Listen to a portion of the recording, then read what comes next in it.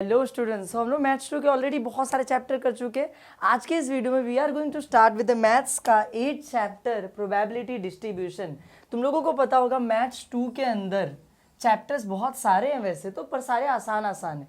अगर मैं लेंथ की बात करूँ तो सबसे गंदा लेंथ वाला सबसे खतरनाक चैप्टर जो बच्चों को लगता है मैथ्स 2 के अंदर, डेट इज प्रोबेबिलिटी डिस्ट्रीब्यूशन, क्योंकि इसके अंदर 4 एक्सरसाइजेस हैं। उन 4 एक्सरसाइज में भी किसी किसी एक्सरसाइज में इंटीग्रेशन का यूज़ हो जाता है, और बाकी सारे एक्सरसाइज भी मैंने देखा अक्सर क्या होता है बच्चों के दिमाग के ऊपर से उड़ जाता है। डेट्स वाई वो लोग बोलते हैं कि यार प्रोबेबिलिटी डिस्ट्रीब्यूशन बड़ा हार्ड है। लेकिन आज का ये वीडियो देखने के बाद प्रोबेबिलिटी डिस्ट्रीब्यूशन हार्ड नहीं लगेगा। आसान चैप्टर है, करेंगे, कोशिश करेंगे, धीरे धीरे समझेंगे, आराम आराम से समझेंगे, ताकि अपने दिमाग में एकदम बैठ जाना चाहिए क्या है क्या नहीं है। चैप्टर का नाम इस प्रोबेबिलिटी डिस्ट्रीब्यूशन। अब मैं ऐसा एक्सपेक्ट कर रहा हूँ कि यार तुमने ना पहली बार तो नहीं सुना होगा प्रोबेबिलिटी नाम।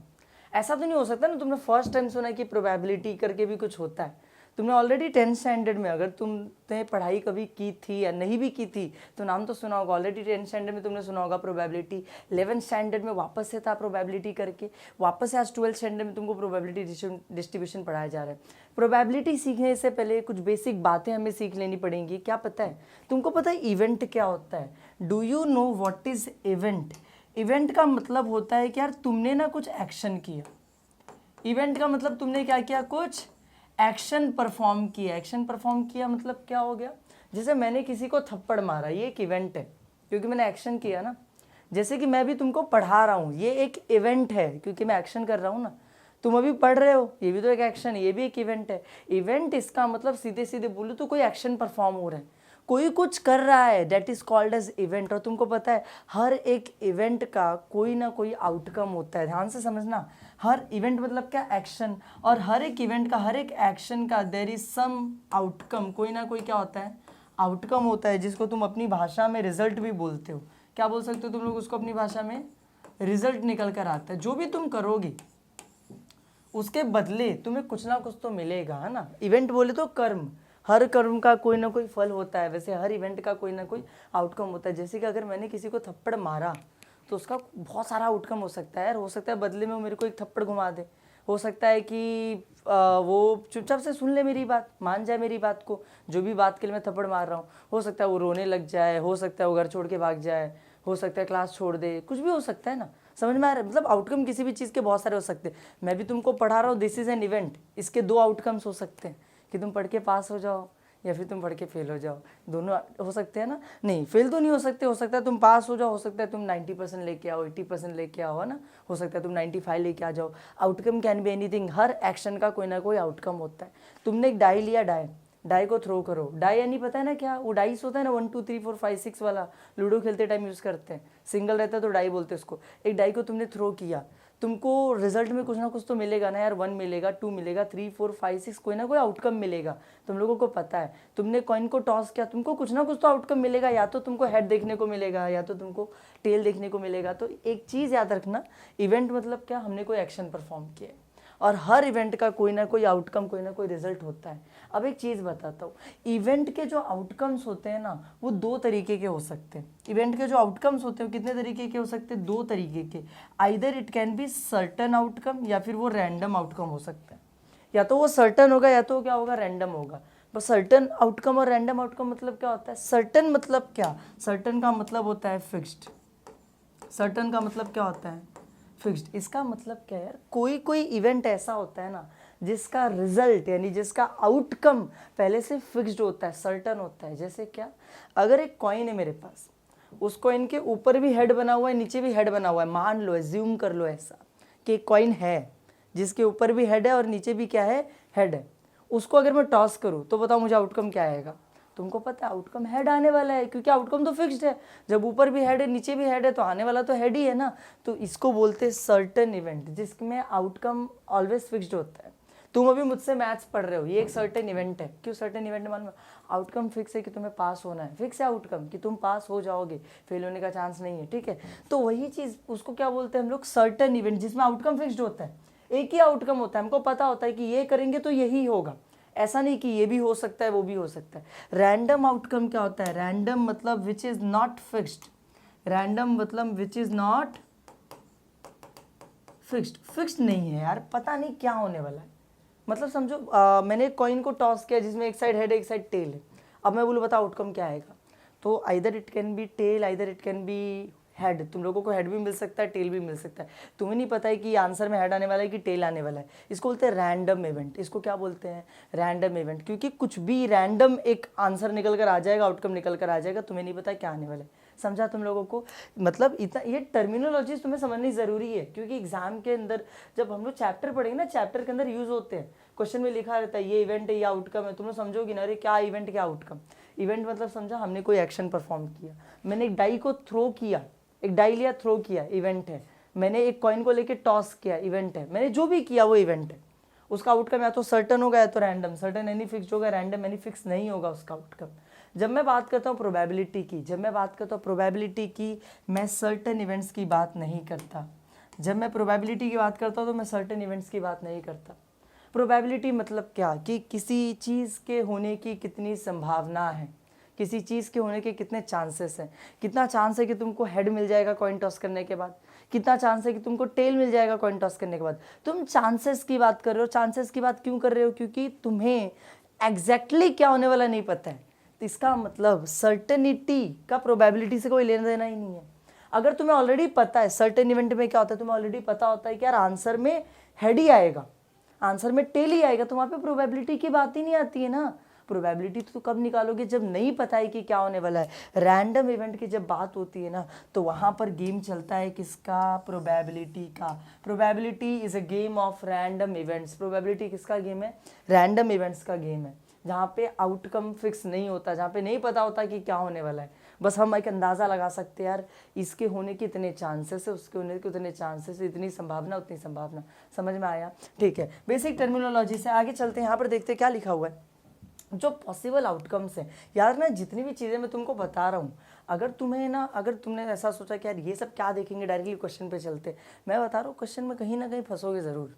ये कुछ बेसिक टर्मिनोलॉजी से तुम्हें आज भी काम आएंगी। तुम आगे चल के डिग्री जब पढ़ोगे, डिग्री कॉलेज में जाओगे, प्रोबेबिलिटी पीछा नहीं छोड़ेगी। अगर मैथमेटिक्स है तो प्रोबेबिलिटी भी आएगा, उस टाइम पर भी ये सारे तुमको पता होने चाहिए टर्मिनोलॉजीज। यहाँ देखो पॉसिबल आउटकम्स की बात करते हैं। जो भी पॉसिबल आउटकम आने वाला है वो भी दो टाइप का हो सकता है। कितने टाइप का हो सकता है, दो टाइप का। कौन कौन सा, एक है डिस्क्रीट, एक क्या होता है डिस्क्रीट, और एक क्या होता है कंटिन्यूस। अब ये डिस्क्रीट और कंटिन्यूस क्या होता है, देखो मैं बताता हूँ। डिस्क्रीट का मतलब होता है ना जिसमें ना कोई पॉइंट वॉइंट नहीं लगा है। मतलब आंसर में तुमको मिलेगा 1 या फिर तुमको मिलेगा 2 या फिर तुमको मिलेगा 3 या फिर मिलेगा 4 या फिर मिलेगा 5 dot dot dot dot dot 6 7 8 9 10 10 10 कहाँ तक, इनफाइनाइट तक कुछ भी मिल जाएगा तुमको। आंसर में हो सकता है मिल जाए 0, क्या मिल जाए, 0 मिल जाए। लेकिन हाँ याद रखना, तुम लोगों को कभी भी आंसर में ऐसा नहीं मिल सकता 1.2 1.3 1.5 ऐसा नहीं मिल सकता। कंटिन्यूस की अगर मैं बात करूँ तो कंटिन्यूस में कुछ भी आ सकता है आंसर। कंटिन्यूस में 1 भी आ सकता है, 1.1 भी आ सकता है, 1.2 भी आ सकता है, 1.3 भी आ सकता है, 1.11 1.12 1.13 कुछ भी आ सकता है। पता है, उसमें पॉइंट वाले आ सकते हैं, इसमें बिना पॉइंट वाले आते हैं। ठीक है, ये तो मैंने सिर्फ ऊपर ऊपर से समझाया। अब थोड़ा ना डिटेल में चलते हैं, इसके डिटेल में चलते बात करते हैं। देखो मैं बता रहा हूँ, एग्जाम्पल देता हूँ तुमको, इसका एग्जाम्पल देता हूँ। अगर मैं तुमको बोलूँ number of floors in a building, अगर मैं तुमको बोलूँ number of floors in a building, मेरे को बताओ एक बिल्डिंग में कितने फ्लोर हैं, क्या बोलोगे तुम? हाँ, अगर मान लो एक सिंगल घर होगा तुम बोलोगे अरे 1 फ्लोर है सर। अगर डबल महिला होगा तुम लोग बोलोगे 2 फ्लोर है सर। 3 फ्लोर का होगा तुम लोग बोलोगे 3 है, 4 फ्लोर है, 5 फ्लोर है, 6 फ्लोर है, 7 फ्लोर है, 8 फ्लोर है, 9 फ्लोर है, 50 फ्लोर है, 100 फ्लोर है, 200 फ्लोर है। क्या तुम मुझे ऐसा बोल सकते हो कि अरे सर बिल्डिंग में 1.5 फ्लोर है 1.5 फ्लोर, 1.5, एक पूरा बना 1 फ्लोर आधा बना, ऐसे होता है क्या?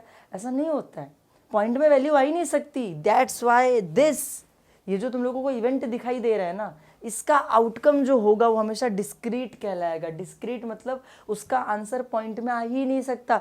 मैं तुम्हें बोलूँ यार बताओ मेरे को number of students in a class, चलो मैं तुम्हें बताता हूँ, यहाँ पे लिख देता हूँ मैं, number of students in a class. एक क्लास में कितने स्टूडेंट है? हो सकता है एक क्लास में 0 स्टूडेंट हो, पॉसिबिलिटी है 0 हो सकता है 1 बच्चा, हो सकता है 2 बच्चा हो, 3 4 5 6 7 8 9 10 इनफाइनाइट कितने भी बच्चे हो सकते हैं। लेकिन मेरे को एक बात बताओ, क्या 2.5 बच्चे हो सकते हैं क्लास के अंदर? मतलब 2 पूरे बैठे, एक को आधा काट के बैठा दिया, ऐसा होता है क्या? नहीं होता है। 2.1 बच्चा हो सकता है क्या? मतलब 2 बच्चे पूरे एक की उंगली काट के रख दी, ऐसा होता है क्या? ऐसे नहीं होता है, पॉइंट में नहीं आता answer. These events are called as discrete events, जिनके आउटकम क्या होते हैं? डिस्क्रीट होते हैं। क्या होते हैं इनके आउटकम्स? डिस्क्रीट होते हैं। तुम लोग बोलोगे यार ये सब हम लोग क्यों पढ़ रहे हैं, प्रोबेबिलिटी पढ़नी? अरे ये सब पढ़ोगे तब जाके तुमको समझेगा प्रोबेबिलिटी में पढ़ना क्या है। डिस्क्रीट समझ में आया? ऐसे बहुत सारे एग्जांपल्स है अपने पास, बहुत सारे। तुमको चलो मैं एक चीज़ बताता हूँ। जब बात होती है डाइस की, किसकी बात होती है? डाइस की, है ना। डाइस में क्या आंसर आ सकता है? 1 2 3 4 5 6 क्या आंसर पॉइंट में आता है? डाइस में नहीं आता है, डिस्क्रीट में आ जाता है ये भी, डाइस भी। जब मैं बात करता हूँ किसकी? कॉइन की। किसकी बात करता हूँ? कॉइन की। तो कॉइन में क्या आंसर आ सकता है? या तो हेड या तो टेल, है ना। मतलब हेड और टेल को अगर कोई नंबर दे दूँ तो 1 और 0, 1.1 1.2 ऐसा कुछ नहीं। ये सारे डिस्क्रीट में आ जाते हैं। किस में आ जाते हैं? डिस्क्रीट। मैं जब बात करूँगा कंटिन्यूस की, यार कंटिन्यूस कौन से इवेंट्स होते, कौन से ऐसे इवेंट्स होते हैं जिनका आउटकम कंटिन्यूस हो सकता है, पॉइंट में आ सकता है? मैं तुम्हें बोलूँ किसी की हाइट का बताओ ना जरा, हाइट की बात कर लो यार। Height can be 150 centimetre, 151 centimetre, 152 centimetre, ये 150.1 151.1 भी तो हो सकता है, 151.2 भी तो हो सकता है, 151.3 भी तो हो सकता है, पॉइंट में आ सकता है। जब मैं बात करूँ किसी के वेट की, किसकी बात करूँ? किसी के वेट की, तो यार वेट तो पॉइंट में जा सकता है। 50 kg, 60 kg, अरे 50.2, 50.3, 50.5 भी तो हो सकता है ना। हो सकता है, क्यों नहीं हो सकता है? ओके, और किसी चीज़ की बात कर लेते हैं। Let us talk about length. किसी चीज़ की लेंथ, लंबाई, लंबाई कितनी हो सकती है? 10 मीटर की लंबाई, 11 मीटर की, अरे 10.5 मीटर भी तो होता है ना सर। यहाँ पर पॉइंट नहीं आ सकता, डिस्क्रीट है सारे के सारे। यहाँ पर पॉइंट आ जाता है। कंटिन्यूस इवेंट्स है। कौन से इवेंट्स है? ऐसे इवेंट जिनका आउटकम कंटिन्यूस होता है। समझ में आया तुम लोगों को? आई होप कि तुम लोगों को अब तक मैंने 4 टर्म्स का मतलब समझा दिया है। देखो अभी तक मेरा सिर्फ फोकस इतना था, तुम्हें 4 टर्मिनोलॉजीज मुझे अच्छे से समझानी थी। क्या? सबसे पहले इवेंट क्या होता है, तुमने समझ लिया। इवेंट क्या होता है?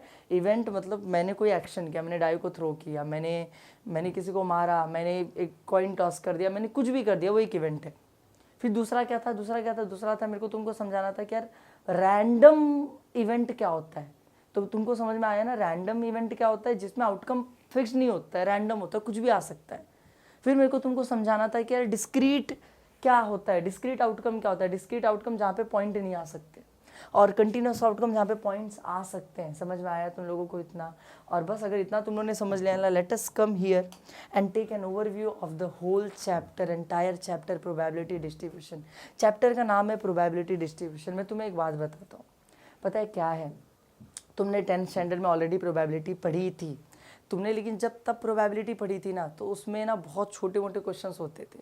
कोई एक कॉइन को लेके थ्रो कर रहा होता था, कोई 2 कॉइन लेके थ्रो कर रहा होता था, कोई एक डाइस को, कोई 1 कॉइन टॉस कर रहा होता था, कोई 2 कॉइन टॉस कर रहा होता था, कोई 1 डाइस को थ्रो कर रहा होता, कोई 2 डाइस को थ्रो कर रहा होता था, है ना। इतने छोटे छोटे क्वेश्चन होते थे in your 10th standard and in your 11th standard. अगर मैं तुमको बोलूँ कि यार 50 कॉइन को टॉस किया है, अब चलो प्रोबेबिलिटी निकाल के बताओ। मैं तुमको बोलूँ यार 10,000 डाइस को थ्रो कर दिया, अब चलो इस चीज़ की प्रोबेबिलिटी बताओ, तो वो उस मेथड से नहीं सॉल्व हो सकता जो तुमने 10th और 11th में सीखा है। उसके लिए तुमको अलग अलग मेथड्स चाहिए, और इन्हीं अलग अलग मेथड्स को हम लोग बोलते हैं प्रोबेबिलिटी डिस्ट्रीब्यूशंस। इन्हीं अलग अलग मेथड्स को हम लोग क्या बोलते हैं? Probability distributions. अपने पास ना बहुत सारे अलग अलग प्रोबेबिलिटी डिस्ट्रीब्यूशन यानी अलग अलग मेथड्स हैं प्रोबेबिलिटी कैलकुलेट करने के लिए। क्या करने के लिए? देखो मैं यहाँ पे लिख दूँ मेथड्स, डिफरेंट मेथड्स है अपने पास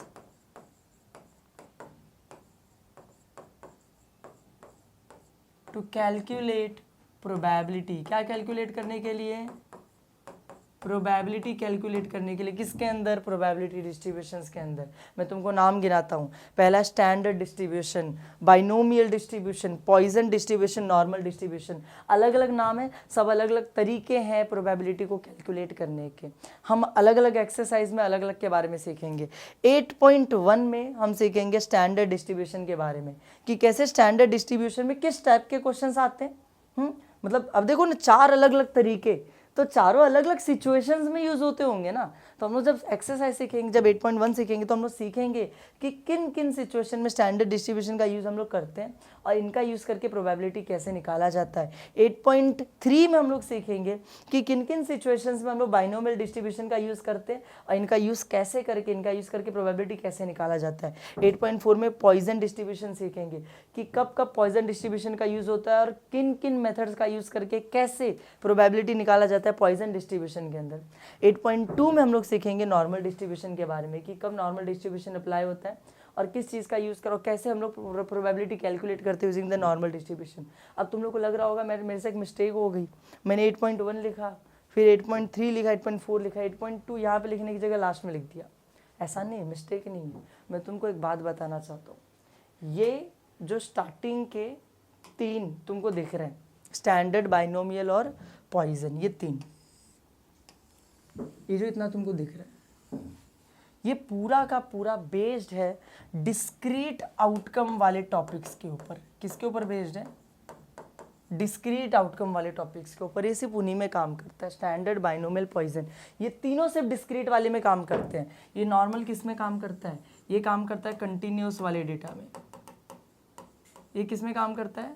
कंटिन्यूस वाले डेटा में।